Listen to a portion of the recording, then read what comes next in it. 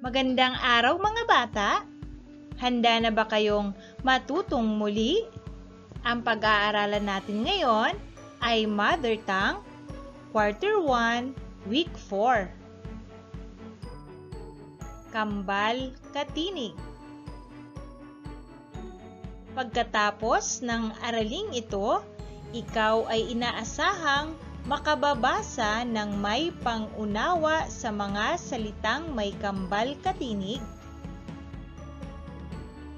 Simulan natin sa gawain sa pagkatuto bilang isa. Basahin ang tula at bigkasin ng wasto ang mga salitang may salungguhit. Narito ang maikling tula na pinamagatang Mga Kaibigan. Akda ni Rian Tiniana at Edgar Pestijo. Masarap isipin, ganoon din kung damhin, na sa iyong buhay may mga kaibigang tunay. Ito ang nangyari sa mga batang kagiliw-giliw, Priscilla, Grace, Bruno at Placido. Ang mga salitang may salungguhit ay Priscilla, Grace, Bruno at Placido. Ang mga pangalang ito ay halimbawa ng kambal katinig. Ang kambal katinig o cluster ay binubuo ng dalawang magkasunod na katinig sa loob ng unang pantig ng salita. Isinusulat ang mga ito ng may tamang espasyo ng mga letra. Binibigkas ang tunog ng kambal katinig na parang iisang tunog. Binibigkas ito ng madulas. Ngayon naman ay gawin natin ang gawain sa pagkatuto bilang dalawa. Isulat sa patlang ang nawawalang kambal katinig. Tingnan mabuti ang larawan. Anong salitang kambal katinig kaya ito?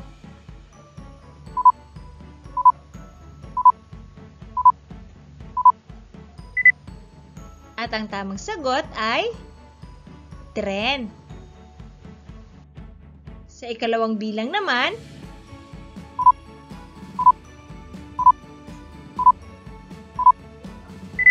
ang tamang sagot ay braso.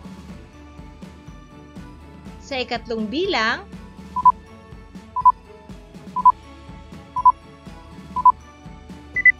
ito ay drum. At sa ikaapat na bilang,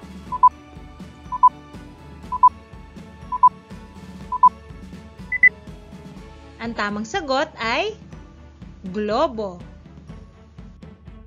At sa panglimang bilang,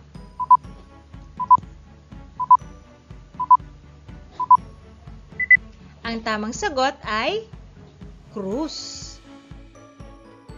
Gawain sa pagkatuto bilang 3. Gumawa ng chart ng mga salitang may cluster o kambal katinig. Maaaring magpatulong sa nakatatandang miyembro ng pamilya sa paggawa nito. Narito ang mga halimbawang sagot. Para sa kambal katinig na TR, truck, tren, trapo, tricycle, at trangkaso. Kambal katinig na BR, braso, Brenda, Bruno, bruha, at brigada. Para naman sa kambal katinig na DR, drum, drama, dragon, drawer, at droga. Ngayon naman ay subukan mong gawin ng chart ng kambal katinig o cluster. Gawain sa pagkatuto bilang 3. Ibahagi ang iyong nagawang chart upang magamit sa pagbabasa. Ang sunod naman na ating pag-aaralan ay kasarian ng mga pangalan. Pagkatapos ng bahaging ito, inaasahang makikilala at matutukoy mo ang kasarian ng pangalan sa pamamagitan ng iba't ibang gawain. Simulan natin sa gawain sa pagkatuto bilang isa. Kilalanin ang mga nasa larawan at tukuyin ang kasarian nito. Gawin ito sa iyong kwaderno. Sa unang larawan ay lola. Sa ikalawang larawan naman ay batang lalaki. Ano kaya ang kasarian ng mga ito?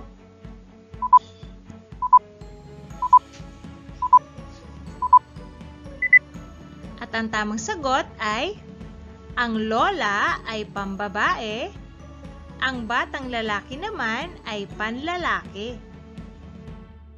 Narito naman ang ikatlong larawan, prinsesa. Ikaapat na larawan ay lolo. Ano kaya ang kasarian ng mga ito?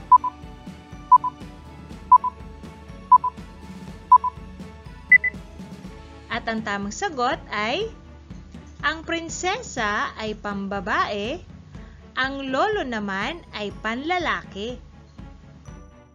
At sa panghuling larawan ay isang hari. Ano kaya ang kasarian nito?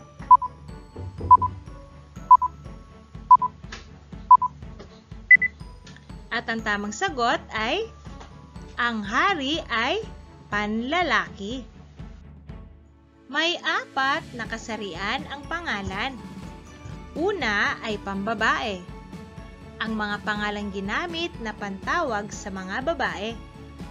Halimbawa, Tia, Ate, Angie, Inahin at Ninang. Sunod naman ay panlalaki. Ang mga pangalang pantawag sa mga lalaki. Halimbawa, Ginoo, Ama, Fidel at Ninong. Sunod ay di tiyak. Ang mga pantawag sa pangalang maaaring babae o lalaki. Halimbawa, mag-aaral, kaibigan, kapitbahay, sanggol, at manggagawa. At ang panghuli naman ay walang kasarian. Ang pantawag sa mga pangalang walang buhay at di maaaring maging babae o lalaki. Halimbawa, silya, sapatos, aklat, mesa, at florera. Gawain sa pagkatuto bilang dalawa. Bukod sa pambabae at panlalaki, may dalawa pang kasarian ang pangalan. Ito ang walang kasarian at di tiyak. Kilalanin ang kasarian ng mga pangalan sa ibaba at isulat ito sa bawat kahon. Gawin ito sa iyong kwaderno. At ang mga pangalan ay bata, kaharian, prutas, bukid, kapitbahay, reyna, guro, prinsesa, at tiya.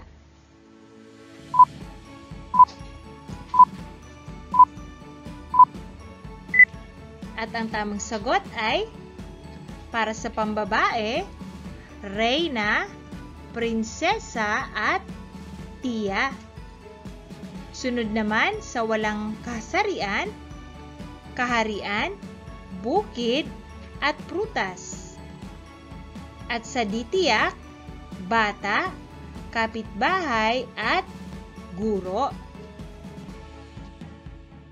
Gawain sa pagkatuto bilang 3.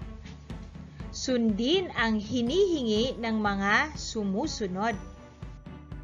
Para sa gawaing ito ay gagawin ninyo ang mga sumusunod. Una, gumuhit ng bulaklak. Sunod, isulat sa petals o talulot nito ang pangalan ng iyong kaibigang babae at sa dahon naman ang lalaki. Sunod na gagawin, gumuhit naman ng malaking puso at isulat sa loob nito ang 5 pangalang di tiyak ang kasarian. At ang susunod na gagawin ay gumuhit din ng malaking bilog at sa loob nito isulat ang 5 naiisip na pangalang walang kasarian. Gawin ito sa malinis na papel. Gawain sa pagkatuto bilang 4. Gumawa ng chart ng talaan ng mga kasarian ng pangalan at gamitin ito bilang sanggunian sa iyong pag-aaral. At narito ang mga halimbawang sagot. Para sa pambabae, ina, lola, ate, ninang at tiya. Sa panlalaki naman, ama, hari, kuya, lolo at tiyo. Walang kasarian, tsinelas, baso, plato, papel at lapis. At sa di tiyak, guro, kapitbahay, bata, pulis at mag-aaral. Ang susunod naman nating pag-aaralan ay panlapi at salitang ugat. Pagkatapos ng araling ito, inaasahang magagamit mo ng buong husay ang panlapi at salitang ugat sa pagbuo ng mga salita. Ang salitang ugat ay payak na salita lamang, samantalang ang panlapi ay tinatawag na di malaya sapagkat nalalaman lamang ang kahulugan nito kapag napasama na ito sa salitang ugat. Ito ay maaaring matagpuan sa unahan, gitna, hulihan o kabilaanan. Gawin natin ang gawain sa pagkatuto bilang 1. Buuin ang salita sa pamamagitan ng salitang ugat at panlapi. Gawin ito sa kwaderno. Sa unang bilang, ang salitang ugat ay inom. Kung ito ay dadagdagan natin ng panlaping makakabuo tayo ng salitang uminom. Sa ikalawang bilang naman, ang salitang ugat ay tunay. Dadagdagan natin ng panlaping pa, makakabuo tayo ng salitang patunay. Sa ikatlong bilang naman, ang salitang ugat ay dagat. At ang mga panlapi, ka at an. Kung ito ay ating pagsasama-samahin, makakabuo tayo ng salitang kadagatan. Sa ika-4 na bilang, ang salitang ugat ay tulong at ang mga panlapi, ma at in. Kung ito ay ating pagsasama-samahin, makakabuo tayo ng salitang matulungin.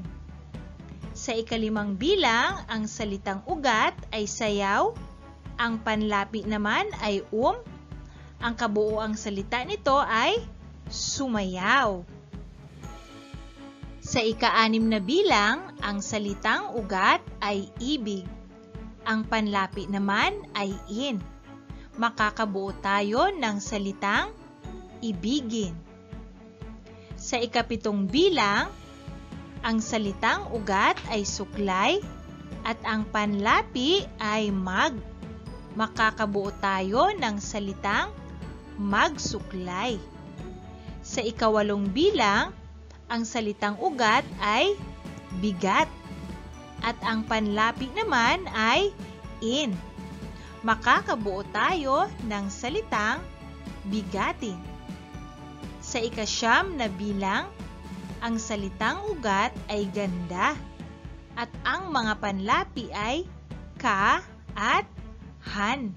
Kung ito ay ating pagsasama-samahin, makakabuo tayo ng salitang kagandahan. At sa ika-10 bilang, ang salitang ugat ay bilog. At ang mga panlapi, ka at an. Magkakaroon tayo ng bagong salita na kabilugan.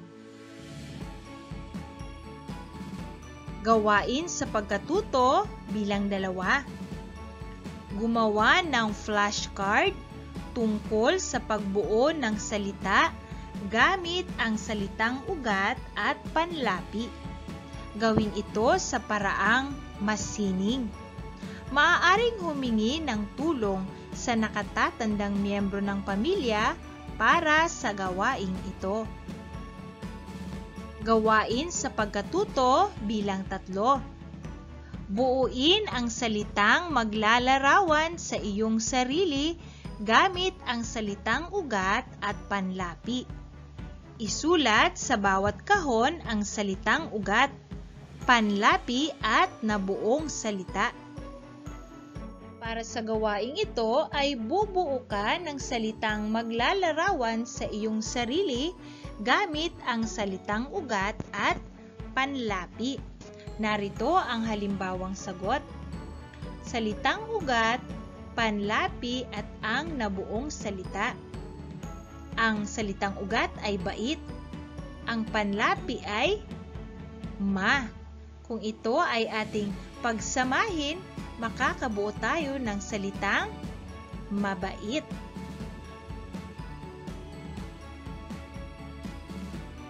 Hanggang sa muli mga bata,